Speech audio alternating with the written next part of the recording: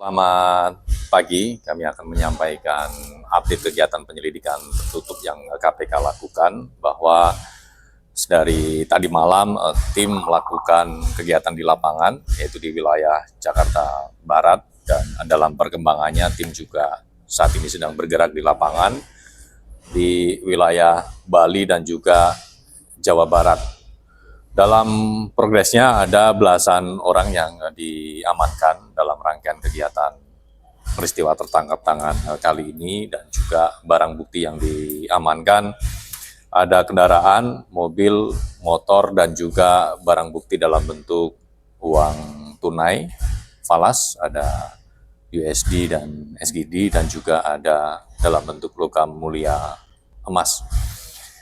Saat ini tim beberapa masih bergerak di lapangan, jadi nanti kami akan update terus perkembangannya, termasuk juga barang bukti yang diamankan. Nanti kami akan update secara detail untuk jumlahnya.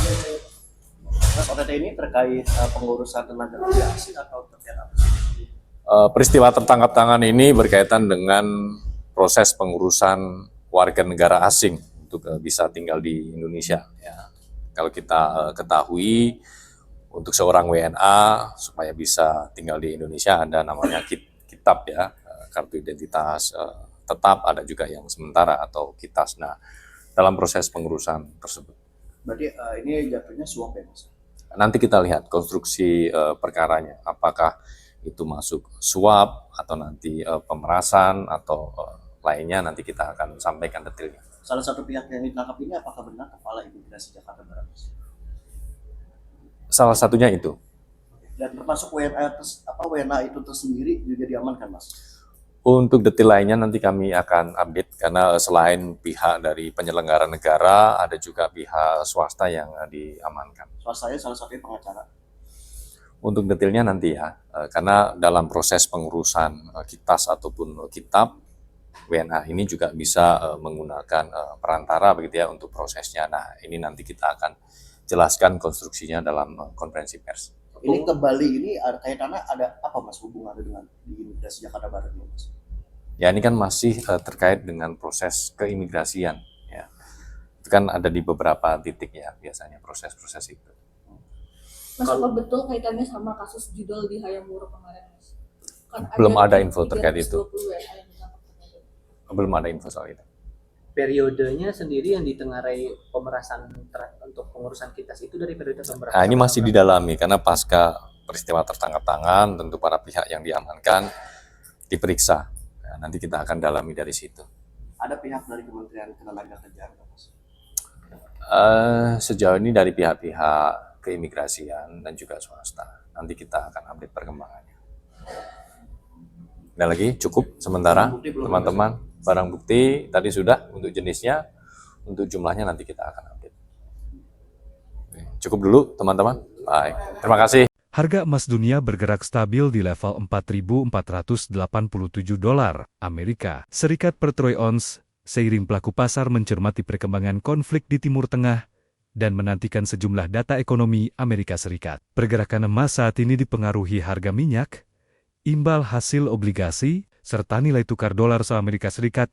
Investor juga menunggu data ketenagakerjaan AS yang diperkirakan menjadi petunjuk arah kebijakan suku bunga Federal Reserve dalam waktu dekat.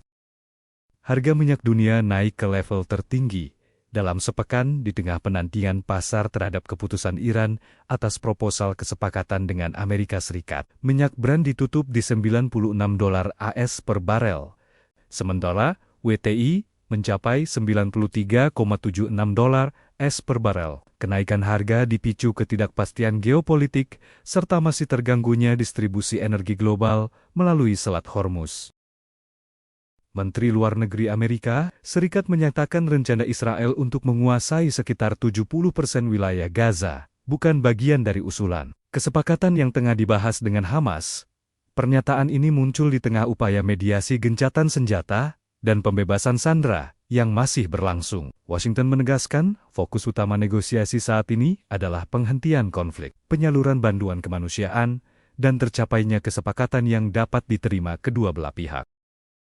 Perserikatan Bangsa-Bangsa atau PBB menyampaikan keprihatinan mendalam atas meningkatnya eskalasi konflik di Lebanon Selatan. PBB memperingatkan bahwa memburuknya situasi keamanan berisiko menimbulkan lebih banyak korban sipil, serta memperparah krisis kemanusiaan di wilayah tersebut. Organisasi dunia itu juga mendesak semua pihak untuk menahan diri, menghormati hukum internasional, dan mengupayakan langkah-langkah diplomatik guna mencegah meluasnya konflik. Iran mengecam serangan terhadap sebuah sekolah putri di wilayah LPR dan menyebutnya sebagai kejahatan perang. Teheran menegaskan bahwa fasilitas pendidikan sipil tidak boleh menjadi target serangan dalam konflik bersenjata. Iran juga mendesak dilakukannya penyelidikan independen guna mengungkap pihak yang bertanggung jawab atas insiden tersebut.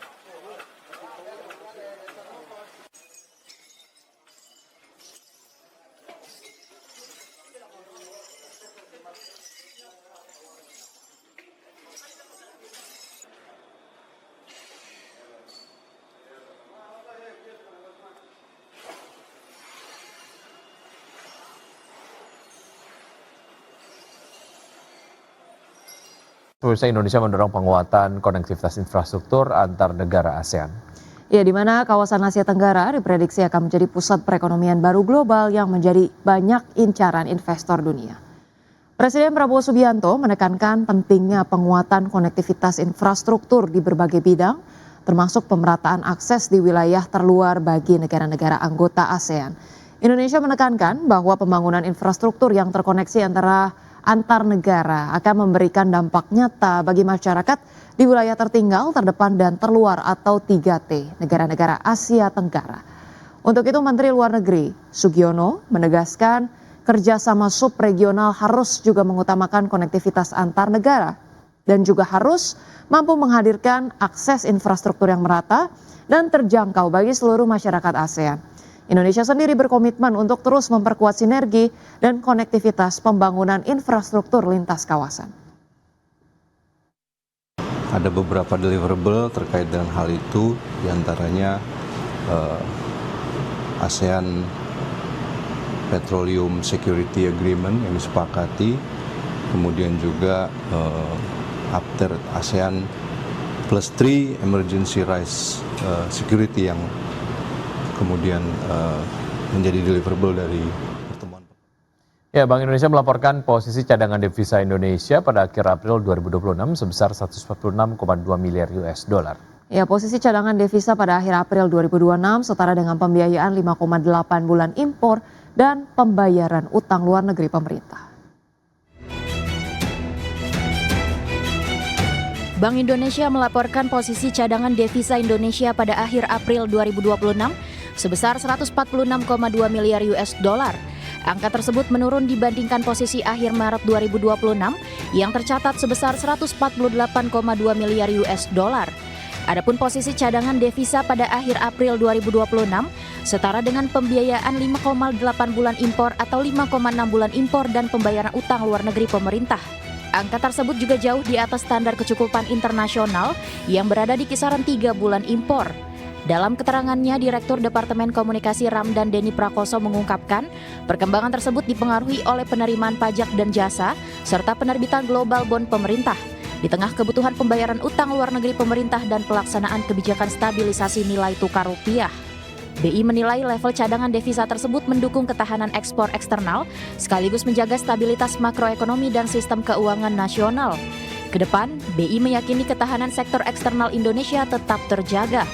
Optimisme tersebut didukung oleh posisi cadangan devisa yang memadai serta potensi aliran masuk modal asing yang tetap positif.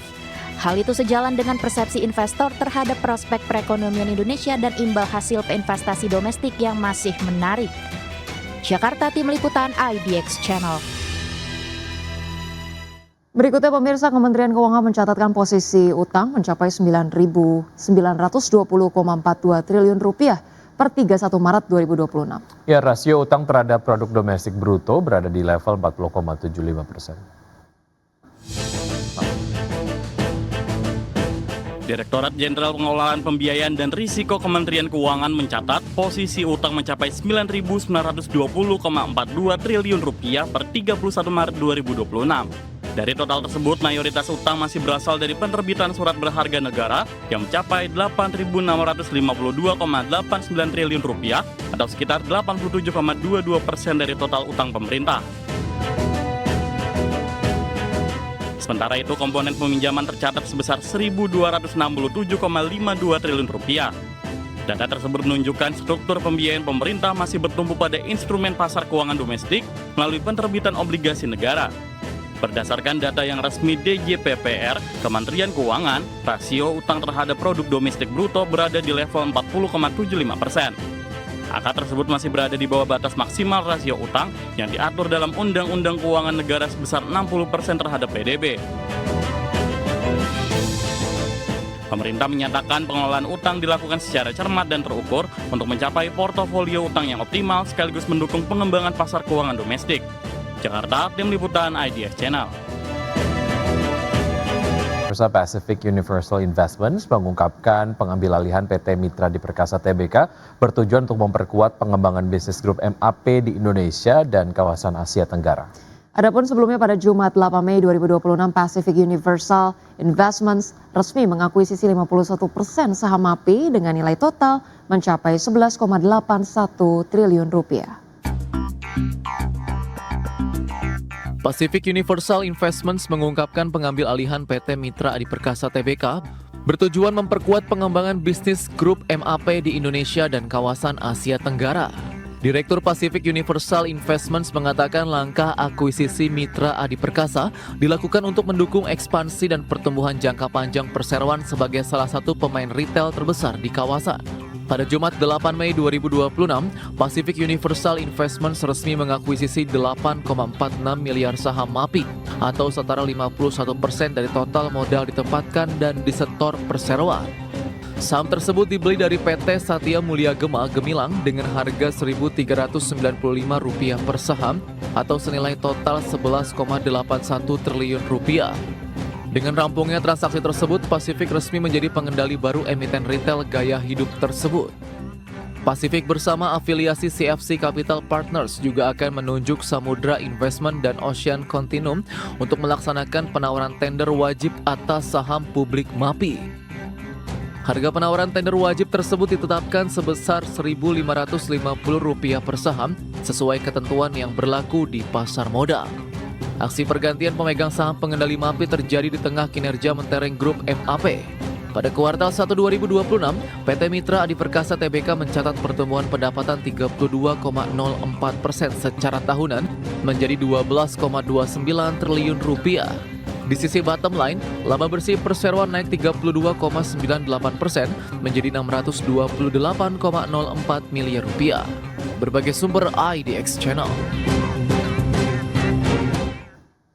Ya, pemirsa, PT Itsek Asia Tbk akan melakukan pemecahan nilai nominal saham atau stock split dengan rasio 1:2 sehingga nilai nominal saham berubah dari Rp25 per saham menjadi Rp12,5 per saham. Direktur PT Itsek Asia Tbk Doni Mora mengatakan aksi korporasi tersebut telah memperoleh persetujuan pemegang saham dalam RUPS luar biasa yang digelar pada 16 April 2026. Melalui aksi korporasi ini jumlah saham ditempatkan dan di-store penuh meningkat menjadi 13,43 miliar saham. Manajemen perseroan menjelaskan langkah stock split dilakukan untuk meningkatkan likuiditas perdagangan saham sekaligus memperluas basis investor di pasar modal. Berdasarkan jadwal yang telah diumumkan perseroan, perdagangan saham CYBR dengan nilai nominal lama di pasar reguler dan negosiasi berakhir pada 12 Mei 2026. Selanjutnya saham dengan nominal baru mulai diperdagangkan di pasar reguler dan negosiasi pada 13 Mei 2026.